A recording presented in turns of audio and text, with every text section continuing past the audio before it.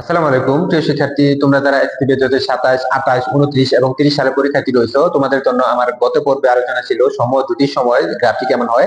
আজকে আমরা দেখব অসম দ্রুতি বা অসম বেগের ক্ষেত্রে একটি গ্রাফ কেমন হয় এবং কিভাবে তোমরা সেটি খুব সুন্দর করে পরিষ্কারভাবে বেসিক সহকারে বুঝতে পারবে, সেই বিষয়টি নিয়ে আজকে আমার এই পর্বে আলোচনা থাকবে। তোমরা এই বোর্ডের মধ্যে দেখতে পাচ্ছ অসম বেগের গ্রাফ। এখানে আমি ভিডিওটি যাতে বড় না হয়ে যায় এজন্য আমি একটি গ্রাফ অঙ্কন করে রেখেছি পূর্বেই। অসম বেগের গ্রাফটি আমরা জানি যে গত লেকচারে আমরা দেখেছিলাম যে অসম বেগের গ্রাফ হয় বক্ররেখিক বরাবর। অর্থাৎ কেন বক্ররেখিক বরাবর হয়? কারণ এটি সমান সময়ে সমান দূরত্ব যায় না, এই জন্য এটির নাম হচ্ছে অসম বেগ। সমান সময়ে সমান দূরত্ব গেলে সেটির নাম থাকতো আমাদের সুষম বেগ। এই জন্য আমরা যদি দেখি যে এই গ্রাফটি হচ্ছে অসম বেগের গ্রাফ, আমরা একটু দেখে নিই যে এটি সত্যি সত্যি অসম বেগের গ্রাফ হয় কিনা। আমরা যদি দেখি যে এদিক x অক্ষ বরাবর স্বাধীন অক্ষ, এদিকে বরাবর আমরা সময় নিয়েছি, এবং y অক্ষ বরাবর, এটা হচ্ছে y অক্ষ বরাবর, y অক্ষ বরাবর আমরা নিয়েছি দূরত্ব। আমরা যেহেতু জানি যে ব্যাগ সমান, একটি সূত্র অলরেডি আমরা জানি যে ব্যাগ সমান জানি আমরা সরণ বাই সময়। এক্ষেত্রে এই সরণ বাই সময়, এক্ষেত্রে সরণ যেটা সেটাই কিন্তু আমরা এখানে দূরত্ব হিসেবে কাউন্ট করতেছি। তাহলে আমরা বলবো যে দূরত্ব বাই সময়। এখন আমরা যদি দেখি এখানে সময় হচ্ছে 2, এই 2 এর জন্য আমাদের দূরত্ব হচ্ছে 10। তাহলে দূরত্ব হচ্ছে 10, সময় হচ্ছে 2, তাহলে আমরা ব্যাক পেলাম 5 মিটার পার সেকেন্ড, এটি আমরা পেয়েছি ব্যাক। ঠিক একই ভাবে আমরা দ্বিতীয় ক্ষেত্রে যদি দেখি যে ব্যাক সমান আমরা কি বলবো, যে দ্বিতীয় ক্ষেত্রে সময় হচ্ছে 4, এই 4 এর জন্য কিন্তু এই সময় 4 এর জন্য কিন্তু আমাদের এই দূরত্ব হচ্ছে কত, 30। আর 2 এর জন্য দূরত্ব হচ্ছে আমাদের 10। সময় 4 এর জন্য যদি 30 হয়ে থাকে তাহলে আমরা লিখবো সময় হচ্ছে 4 আর দূরত্ব হচ্ছে 30। তাহলে এটাকে যদি ক্যালকুলেশন করি তাহলে আমরা পাবো 7.5 মিটার পার সেকেন্ড।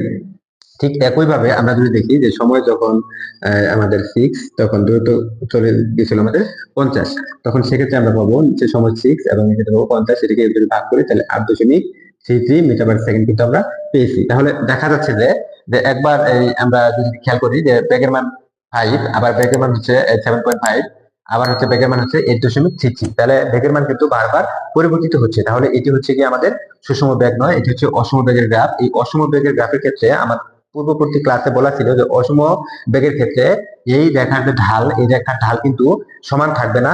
এই জন্য রেখার ঢাল সমান না থাকার কারণে কিন্তু এটি হচ্ছে একটি বক্ররেখা হয়ে গেছে। কারণ এক্ষেত্রে আমরা যদি এখানে যদি আমরা একটা এই কোণ উৎপন্ন করি তাহলে থিটা, এবং এখানে যদি একটা কোণ উৎপন্ন করি এই থিটা, এবং এখানে একটা কোণ উৎপন্ন যদি করা হয় এই থিটা, এই প্রতিটি থিটা কিন্তু আমাদের থিটা 1, থিটা 2, থিটা 3 অর্থাৎ পৃথক পৃথক হবে, সমান হবে না। সমান না হওয়ার কারণে কিন্তু এটি এই রেখাটির ঢাল বিভিন্ন জায়গাতে বিভিন্ন রকম এবং বিভিন্ন পয়েন্টে ব্যাক হচ্ছে বিভিন্ন রকম, যেটা আমরা কিছুক্ষণ আগে দেখলাম। ঠিক একইভাবে এই পয়েন্টে, এই পয়েন্টে, এই পয়েন্টে আমরা যতগুলো পয়েন্ট আমরা চিন্তা করি না কেন, এই সমস্ত পয়েন্টে কিন্তু ব্যাক হবে আলাদা আলাদা। এই জন্য এই গ্রাফটি মূলত হচ্ছে বক্ররেখা বরাবর। এখন এই বক্ররেখা বরাবর যে হলো এই গ্রাফটি, এই এই অসম বেগের গ্রাফের ক্ষেত্রে আমরা কিভাবে ব্যাগ নির্ণয় করবো বা ঢাল নির্ণয় করবো সে বিষয়টি আমরা একটু দেখবো। এখন তোমরা দেখতে পাচ্ছ যে এই গ্রাফটি যেহেতু বক্ররেখা বরাবর, সুতরাং এটি যেহেতু অসম বেগের গ্রাফ, এই অসম বেগের গ্রাফের এই বিভিন্ন পয়েন্টে কিন্তু এখানে এখানে এখানে এখানে এখানে এখানে অর্থাৎ প্রতিটি পয়েন্টে কিন্তু আলাদা আলাদা ব্যাগ হবে, যেহেতু এটি সুষম ব্যাগ নয়। এই জন্য আমরা যে কোনো বিন্দুতে যদি ওই প্রতিটির ব্যাগটি হিসাব করতে চাই তাহলে আমরা কিন্তু খুব সহজে হিসাব করতে পারবো। এখন যে কোনো বিন্দু আমরা ধরে নিলাম, এই বিন্দুটি যদি ধরি বা এখানে যে কোনো একটি বিন্দু যদি আমরা ধরি, তাহলে আমরা এই বিন্দুটি ধরলাম। এই বিন্দুর উপরে আমরা কি করব, খুব ক্ষুদ্রাতি ক্ষুদ্র একটি ত্রিভুজ অঙ্কন করব। যদি খুব ক্ষুদ্রাতি ক্ষুদ্র ত্রিভুজ অঙ্কন করি তাহলে এটা হচ্ছে আমাদের অতিভুজ ত্রিভুজের, এবং এটি হচ্ছে আমাদের ভূমি, এটা হচ্ছে আমাদের লম্ব। তাহলে আমরা যদি নাম দিয়ে দিই এ বি সি, একটি অতি ক্ষুদ্র ত্রিভুজ। এই ক্ষুদ্র ত্রিভুজ থেকে আমরা এই লিখবো যে আমরা জানি যে ব্যাগ সমান কি জানি, যে আমরা জানি যে ব্যাগ সমান হচ্ছে দূরত্ব বাই সময়। এক্ষেত্রে দূরত্ব কিন্তু আমরা ওয়াই অক্ষ বরাবর ধরেছি, তো ওয়াই অক্ষ বরাবর, তাহলে ওয়াই অক্ষ বরাবর এবি হচ্ছে দূরত্ব। তাহলে আমরা এখান থেকে কিন্তু বলতে পারবো যে ব্যাগ সমান দূরত্ব, এই দূরত্ব হচ্ছে এক্ষেত্রে আমাদের এবি, এই ত্রিভুজের ক্ষেত্রে এবি, এবং এই ক্ষেত্রে সময় হচ্ছে বিসি। সময় হচ্ছে কি আমাদের সময়ের পরিবর্তন হচ্ছে কি বিসি, অর্থাৎ বিসি সময়ের জন্য তার দূরত্ব পরিবর্তন হচ্ছে আমাদের এবি। তাহলে এটি কিন্তু খুবই ক্ষুদ্র অর্থে বোঝানো হয়েছে, এটি এত ক্ষুদ্র যে এবি এবং বিসি এদের মান বাস্তব পক্ষে নেওয়া সম্ভব নয়। এই এবি এবং বিসি এত ক্ষুদ্র ত্রিভুজ চিন্তা করা হয়েছে কারণ আমরা যেহেতু এই পি বিন্দুর ব্যাগটা আমরা বের করবো, পি বিন্দুর ব্যাগ বের করবো, তাহলে পি বিন্দুর আশেপাশে থেকে সামান্য দূরত্ব নিয়ে একটা খুব ক্ষুদ্র ত্রিভুজ যদি অঙ্কন করে ওই ত্রিভুজের অতিভুজ এবং ভূমি প্রায় সমান ধরা চলে, সেক্ষেত্রে কিন্তু এই ব্যাগ হিসাব করতে যাই তাহলে ব্যাগ সমান আমরা জানি দূরত্ব বাই সময়। দূরত্ব হচ্ছে এক্ষেত্রে এবি অর্থাৎ ওয়াই অক্ষ বরাবর, এই যে ওয়াই অক্ষ বরাবর, এবং বিসি হচ্ছে তার সময়ের পরিবর্তন, এই সময়। এটাকে যদি আমরা ধরতে পারি তাহলে কিন্তু আমরা এই পি বিন্দুর ওই মুহূর্তের আমরা এই ব্যাগটি পেয়ে যাব। কিন্তু এটা এত ক্ষুদ্র ত্রিভুজ যে এতই ক্ষুদ্র যেটাকে এবি এবং বিসি কখনোই ধরা সম্ভব নয়, অর্থাৎ এই এবি বিসি কে পরিমাপ করা সম্ভব নয়, এত ক্ষুদ্র তার এই পরিমাপ করা সম্ভব নয়। এর জন্য আমরা কি করব, এই ত্রিভুজের এই সদৃশ কোণী আমরা আরেকটি ত্রিভুজ কল্পনা করব। তখন এটাকে আমরা বর্ধিত করব, এটাকে আমরা কি পিছন থেকে বর্ধিত করব। বর্ধিত করার পর এটাকে যদি আমরা একটা বড় ত্রিভুজ যদি চিন্তা করি, তখন এই বর্ধিত বাহুটি কিন্তু এখানে এসে সেট করবে এবং এটাকে ওয়াই অক্ষ থেকে আমরা ওয়াই অক্ষ বরাবর, অর্থাৎ ওয়াই অক্ষের সমান্তরালে একটি রেখা, এটাকে আমরা নিচের দিকে আনবো। নিচের দিকে আনার জন্য তখন কিন্তু এই ত্রিভুজটি আর এই ত্রিভুজটি কিন্তু আমাদের সদৃশ কোণী ত্রিভুজ হয়ে গেছে। এটা যদি আমরা থিটা ধরে থাকি, তাহলে এটা যদি আমরা থিটা ধরে থাকি, তখন কিন্তু এটি কিন্তু হচ্ছে কি আমাদের সদৃশ কোণী ত্রিভুজ হয়ে গেছে।